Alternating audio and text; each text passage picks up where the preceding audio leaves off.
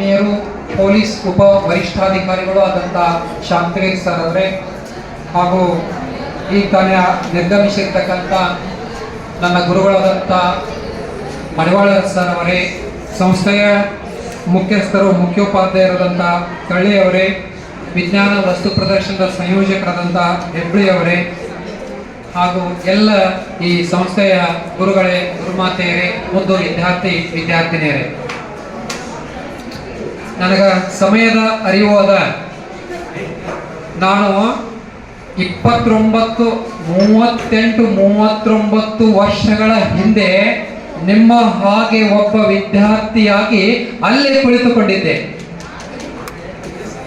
ನೋಡ್ರಿ, 39 ವರ್ಷದ ಹಿಂದೆ 84-85ನೇ ಇಸ್ವಿನಲ್ಲಿ ಈ ಪ್ರೌಢಶಾಲೆಯ 8, 9, 10ನೇ ತರಗತಿಯ ವಿದ್ಯಾರ್ಥಿಯಾಗಿ ಅಲ್ಲಿ ಡೆಸ್ಕ್ ಮೇಲೆ ಕೂತ್ಕೊಂಡು ನಮ್ಮ ಗುರುಗಳು ಹೇಳಿದ ಮಾತನ್ನು ಕೇಳ್ತಿದ್ದೆ. ಇಂದು ಈ ವೇದಿಕೆಯ ಮೇಲೆ ಬಂದು ನಾನು ಮಾತನಾಡುತ್ತಿದ್ದೇನೆ ಎಂದರೆ ಈ ಸಂಸ್ಥೆಯಲ್ಲಿ ಆಗಿ ಹೋದಂತ PG ಮಠದ ಸರ್, ಸಂಸ್ಥಾಪಕ ಮುಖ್ಯೋಪಾಧ್ಯಾಯರು ಹಾಗೂ ಎಲ್ಲ ಗುರುಗಳನ್ನ ನಾನು ನನ್ನ ಹೃದಯ ಮಂದಿರದಲ್ಲಿ ಅವರಿಗೆ ಶಿರಸ್ರಾಷ್ಟಾಂಗ ನಮಸ್ಕಾರಗಳನ್ನು ಮಾಡ್ತೇನೆ. ಅಂದು ನಮಗೆ ಆ ಎಲ್ಲ ಗುರುಗಳು ಕಲಿಸಿದ್ರು ಅಂತ ತಿಳ್ಕೊಂಡ ನಿಮ್ಮ ಮುಂದೆ ಬಂದು ನಾನು ಇಲ್ಲಿ ನಿಂತ್ಕೊಂಡ ಮಾತಾಡ್ಲಕತ್ತೀನಿ. ಸಮಯ ಈಗಾಗಲೇ ಆಗಿದೆ, ನಾನು ಬಹಳ ಉದ್ದಕ ಮಾತಾಡ್ಕೊಂತ ಹೋಗುದಿಲ್ಲ.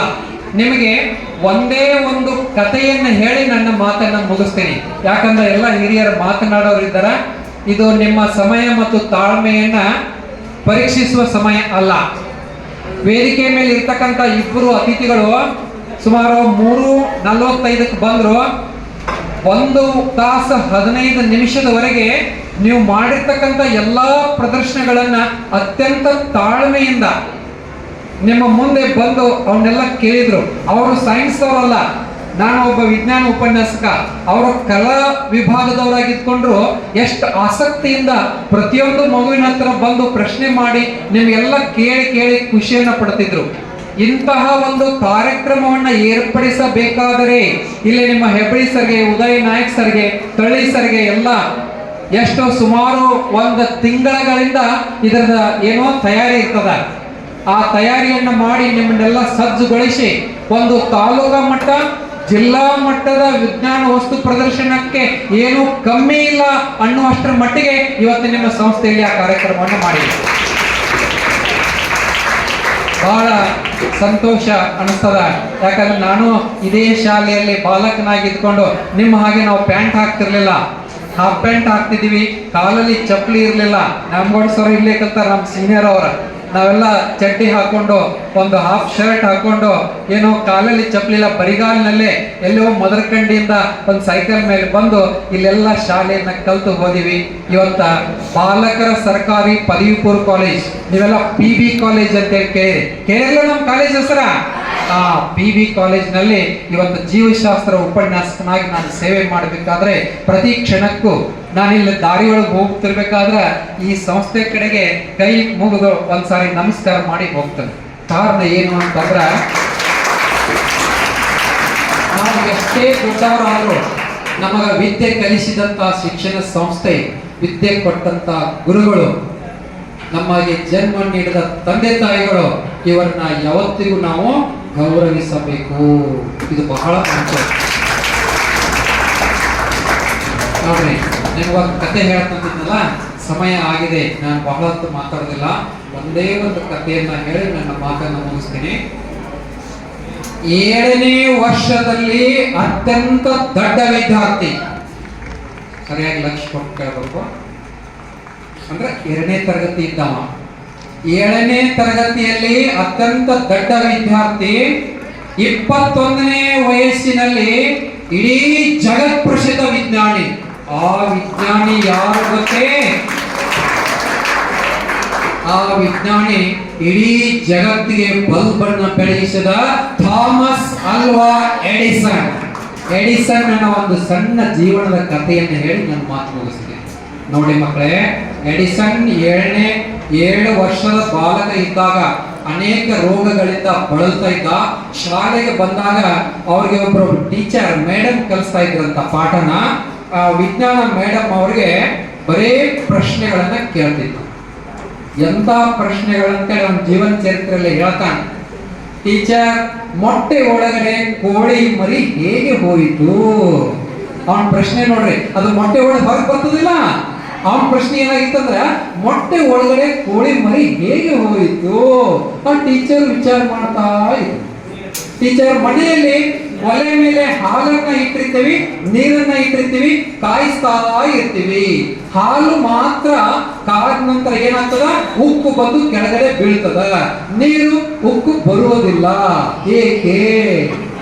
ಮೇಲೆ ಆಕಾಶದಲ್ಲಿ ಮೋಡಗಳು ಚಲನೆ ಮಾಡ್ತಾ ಹೋಗ್ತಾ ಇರುತ್ತವೆ, ಅವು ಕೆಳಗೆ ಹೇಗೆ ಬೀಳುವುದಿಲ್ಲ? ಹೀಗೆ ಪ್ರಶ್ನೆಗಳ ಮೇಲೆ ಪ್ರಶ್ನೆ ಕೇಳ್ತಾನೆ ಇರ್ತಾನೆ. ಟೀಚರ್ಗೆ ಬಹಳ ಬೇಜಾರ್ ಬರ್ತದ. ಎಲ್ಲ ಟೀಚರ್ಗೂ ಬೇಜಾರ್ ಮಾಡಿಬಿಟ್ಟಿದ್ದ. ಯಾರೋ ಥಾಮಸ್ ಅಲ್ವಾ ಎಡಿಸನ್. ಒಂದ್ ದಿವಸ ಎಲ್ಲ ಟೀಚರ್ಸ್ ಹೆಡ್ ಮಾಸ್ಟರ್ ಮೀಟಿಂಗ್ ಮಾಡ್ಕೊಂಡ ಈ ದೊಡ್ಡ ವಿದ್ಯಾರ್ಥಿಯನ್ನ ಶಾಲೆಯಿಂದ ಹೊರಗೆ ಹಾಕ್ಬೇಕು ಅಂತ ಹೇಳಿ ನಿರ್ಧಾರ ಮಾಡಿದ್ರು. ಮೀಟಿಂಗ್ ಮಾಡಿ ಒಂದು ಪತ್ರವನ್ನ ಬರೆದ್ರು. ಆ ಪತ್ರದಲ್ಲಿ 3 ಮಾತುಗಳನ್ನು ಬರೆದು, ಈ ಪತ್ರವನ್ನ ತಗೋರಪ್ಪ, ಹೋಗಿ ನಿಮ್ಮ ಮನೆಯಲ್ಲಿ ನಿಮ್ಮ ತಾಯಿ ಕೈಗೆ ಕೊಡು ಅಂತ ಕಳಿಸ್ಬಿಟ್ಟು. ಎಡಿಸನ್ ಮನೆಗೆ ಬಂದ, ತಾಯಿಗೆ ಪತ್ರವನ್ನು ಕೊಟ್ಟ. ತಾಯಿ ಪತ್ರವನ್ನ, ಇವು ಓದಕ್ ಬರಂಗಿಲ್ಲ, ಅಕ್ಷರಗಳ ಜ್ಞಾನ ಇರಲಿಲ್ಲ, ಅತ್ಯಂತ ಹಸಿ ದಡ್ಡ ಅಂತ ಎಲ್ಲಾ ಶಿಕ್ಷಕರು ಅವನಿಗೆ ಬಿರುದು ಕೊಟ್ಟು ಬಿಟ್ಟಿದ್ರು. ಆದ್ರೆ ಎಡಿಸನ್ ಪತ್ರವನ್ನ ನೋಡಿ ತಾಯಿ ಓದ್ತಾ ಓದ್ತಾ ಓದ್ತಾ ಕಣ್ಣಲ್ಲಿ ನೀರು ಬಂತು. 2 ಹನಿ ನೀರು ಕಣ್ಣೀರು ಆ ಪತ್ರದ ಮೇಲೆ ಬಿತ್ತು. ಎಡಿಸನ್ ಗಾಬರಿ ಆದ. ಅಮ್ಮ, ಆ ಪತ್ರದಲ್ಲಿ ಏನ್ ಬರೋದಿದೆ ಅಂತಂದ. ಆ ಕ್ಷಣವೇ ಆ ತಾಯಿ ಸಾವರಿಸಿಕೊಂಡು, ಇವನಿಗೆ ಈ ಪತ್ರದಲ್ಲಿ ಬರೆದಿರುವುದನ್ನು ಹೇಳಿದ್ರೆ ಇವನು ಹೀಗೆ ಹೋಗ್ಬಿಡ್ತಾನ. ಅದಕ್ಕಾಗಿ ಆ ತಾಯಿ, ಏನಿಲ್ಲಪ್ಪ, ನಿನಗ ಆ ಪತ್ರದಲ್ಲಿ ಏನ್ ಬರೆದಾರು ಅಂತಂದ್ರ, ಎಡಿಸನ್ ಒಬ್ಬ ಅತ್ಯಂತ ಜಾಣ ವಿದ್ಯಾರ್ಥಿ ಅಂತ ಬರೆದಾರು ಅಂತಂದ. ಅವಾಗ ಕಾಲರಿಂಗ್ ಹಾರಿಸಿದ. ವೆರಿ ಗುಡ್ ಅಂದುಕೊಂಡ. ಅಮ್ಮ, 2ನೇ ಮಾತನ್ನ ಏನ್ ಬರೆದಾರು ಅಂತಂದ, ನಿಮ್ಮಂತ ಜಾಣ ವಿದ್ಯಾರ್ಥಿಗೆ ಪಾಠ ಬೋಧನೆ ಮಾಡಲು ಆ ಮಟ್ಟದ ಶಿಕ್ಷಕರು ನಮ್ಮ ಶಾಲೆಯಲ್ಲಿ ಇಲ್ಲ ಅಂತ ಬರೆದಾರು ಅಂತಂದ. ಅಪ್ಪ, ನನಗೆ ಪಾಠ ಬೋಧನೆ ಮಾಡುವಂತ ಜಾಣ ಶಿಕ್ಷಕರು ಶಾಲೆಯಲ್ಲಿ ಇಲ್ಲ ಅಂತ ಖುಷಿ ಪಟ್ಟ. ಅಮ್ಮ, 3ನೇ ಮಾತನ್ನ ಏನ್ ಬರೆದಾರು ಅಂತಂದ, ನಾಳೆಯಿಂದ ನಿಮ್ಮ ಮಗನಿಗೆ ಪಾಠವನ್ನು ಮನೆಯಲ್ಲೇ ಮಾಡಿರಿ ಅಂತ ಬರೆದಾರು. ಎಡಿಸನ್ ಇದನ್ನೆಲ್ಲ ಕೇಳಿ ಎಡಿಸನ್ಗೆ ಖುಷಿ ಆಯ್ತು. ಆದ್ರೆ ಆ ತಾಯಿಗೆ ಬಹಳ ದುಃಖ ಆಯ್ತು. ಆ ಪತ್ರದಲ್ಲಿ ಬೇರೆ ಏನೋ ಬರೆದಿತ್ತು. ಆ ಪತ್ರವನ್ನ ಮುಚ್ಚಿಟ್ಟು ಒಂದು ಪಾಕೆಟ್ ನಲ್ಲಿ ಹಾಕಿ ಒಂದು ಪೆಟ್ಟಿಗೆಯಲ್ಲಿ ಇಟ್ಟು ಆ ತಾಯಿ ಸೀದಾ ಶಾಲೆಗೆ ಬಂದ ಟೀಚರ್ ಅನ್ನ ಕೇಳಿದ್ಲು, ಮೇಡಮ್ ಅವರೇ, ನನ್ನ ಮಗನಿಗೆ ಹೀಗೆಲ್ಲ ಪತ್ರ ಬರೆದ್ರಿ, ನನ್ನ ಮಗನನ್ನ ಸುಧಾರಣೆ ಮಾಡೋರು ಯಾರು? ನನಗೆ ಚಿಂತೆ ಇದೆ. ನಿಮ್ಮ ಮುಂದೆ ನನ್ನ ಮಗ ಇಡೀ ಜಗತ್ ಪ್ರಸಿದ್ಧ ವಿಜ್ಞಾನಿ ಆಗೇ ಆಗುತ್ತಾನೆ ಅಂತ ಹೇಳಿ ತಾಯಿ ಒಂದು ಚಾಲೆಂಜ್ ಅನ್ನ ಮಾಡಿ ಮನೆಗೆ ಹೋಗ್ತಾಳೆ. ಹೋದ ನಂತರ ಎಡಿಸನ್ ಅತ್ಯಂತ ಬಡತನ ಇತ್ತು. ಅವನಿಗೆ ವಿಜ್ಞಾನದ ಪುಸ್ತಕಗಳನ್ನ ತಂದು ಕೊಡ್ತಾಳ. ಮನೆಯೊಳಗ ಪ್ರಯೋಗಾಲಯ ಮಾಡ್ಬೇಕಂದ್ರ ಹಣಕಾಸಿನ ತೊಂದರೆ ಇರ್ತದ. ಅವ್ರದೊಂದು ಗಾರ್ಡನ್ ಇರ್ತದ, ಕೈತೋಟ.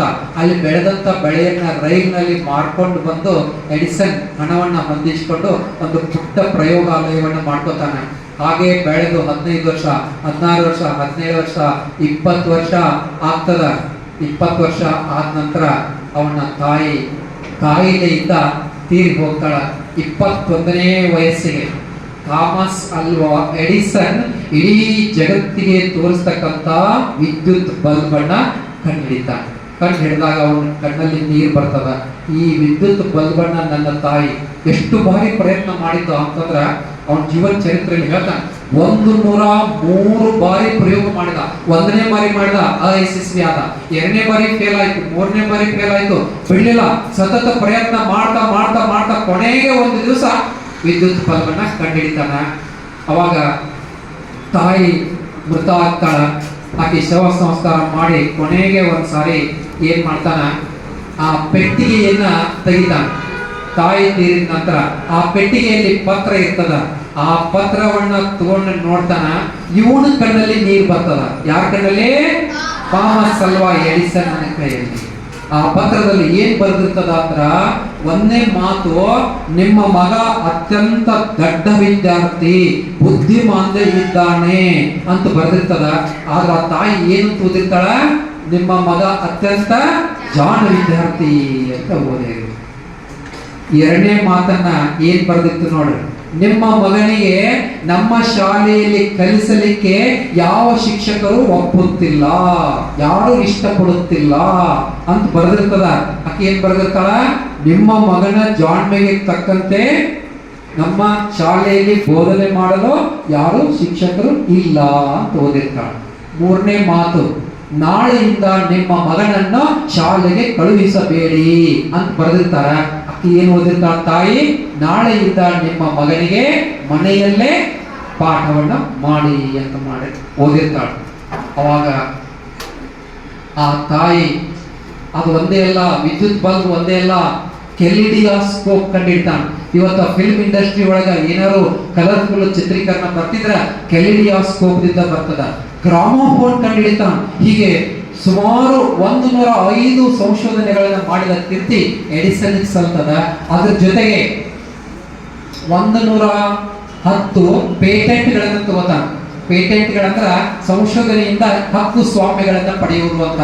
ಇಷ್ಟೆಲ್ಲಾ ಸಂಶೋಧನೆ ಮಾಡಿ ಜಗತ್ ಪ್ರಸಿದ್ಧ ವಿಜ್ಞಾನಿ ಆಗ್ತಾನೆ. ನೀವೆಲ್ಲರೂ ಇಲ್ಲಿ ನಿಮ್ಮ ವಸ್ತು ಪ್ರದರ್ಶನವನ್ನು ಮಾಡಿ